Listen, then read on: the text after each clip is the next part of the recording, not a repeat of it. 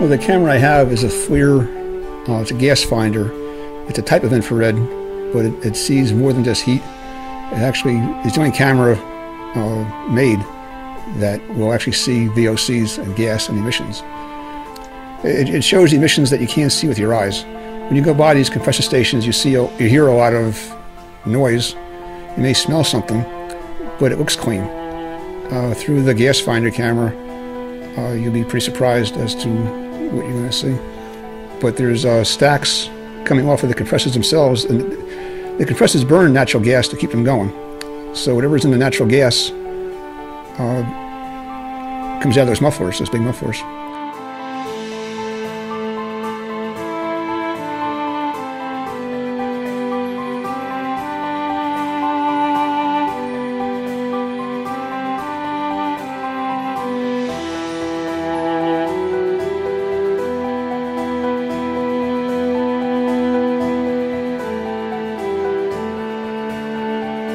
Well, what they do, they send a land manager to the house and knock on the door, ask if you'd be interested in talking to them about it.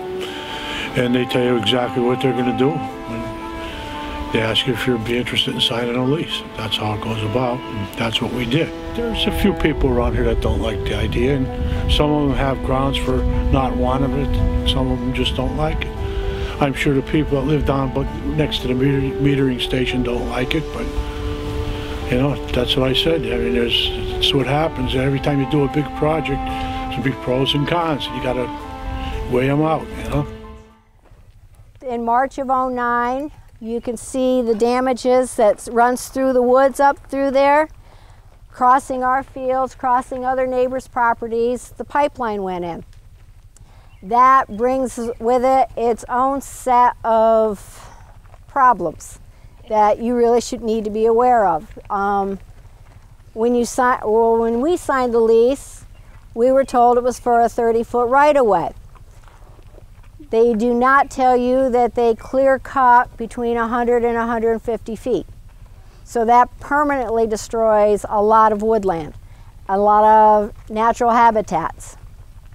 They do reclaim it, but again, this is something that you need to have an explicit black and white in your contract, because their processes of reclaiming do not usually follow the conservation practices that have been established, even if you have them on record down at the, well, for us it's in White Sox.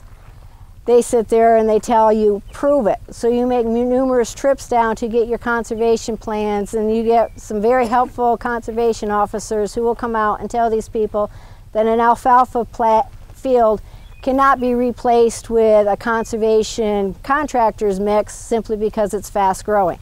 The Bay Area gas explosion that killed at least 4 people is causing worries about gas pipelines around the country. One pipeline safety expert says, quote, if this was air travel we were talking about, I wouldn't get on an airplane. And the latest images from Thursday's explosion show just how horrible it really was. Residents of San Bruno had little time to react. In an instant, at least 4 people died, and 37 homes were burned to the ground. But I can't get that roaring sound out of my mind, and that big boom in the sight of that enormous blast of fire. Take a look at this video shot just minutes after a gas line exploded in the Sissonville area Tuesday. 13 News photojournalist Kerry McClanahan was the first photographer at the scene of the explosion. Natural gas pipeline caused an explosion overnight in northwest Oklahoma. It sent flames more than 50 stories into the sky. The massive fire could be seen more than 50 miles away in Kansas. At least 2 people hurt in a huge explosion in Adair County that lights up the night sky for hours. Still lit up right now. Our Sky 11 just arrived. It's happening right here along Highway 76 in Nifley. That's in a small town in Adair County, about 100 miles southeast of Louisville. Emergency crews at the scene of a natural gas pipeline explosion and fires south of Winnipeg. Police say the blast happened early this morning near the town of Otterburn, Manitoba. That's about 50 kilometers south of Winnipeg. First developing now, a natural gas explosion in the northern part of Texas. We're hovering about 3/4 of a mile away from this fire, and the heat is incredible up here in the cockpit. Like a disaster. The victims of the country's latest natural gas explosion in Allentown, Pennsylvania, include an infant and a couple in their 70s. A block of row homes was destroyed. Last month, a natural gas explosion in Philadelphia sent a fireball 50 feet into the air, killing a utility worker. Last September, a blast in San Bruno, California killed 8, destroying 38 homes, part of a disturbing trend. But in the last 6 years, pipeline accidents have killed more than 60 and injured more than 240 people. There are more than 400 inspectors nationwide, but the National Pipeline Safety Act, which regulates how they do their job and compels gas companies to report problems such as leaks, lapsed last October and hasn't been addressed since. When I think about the people killed today, and one of whom was a baby, the answer is clearly no. They're not as safe as they could or should be. Just looking at what's happened in the last several months makes that point tragically clear.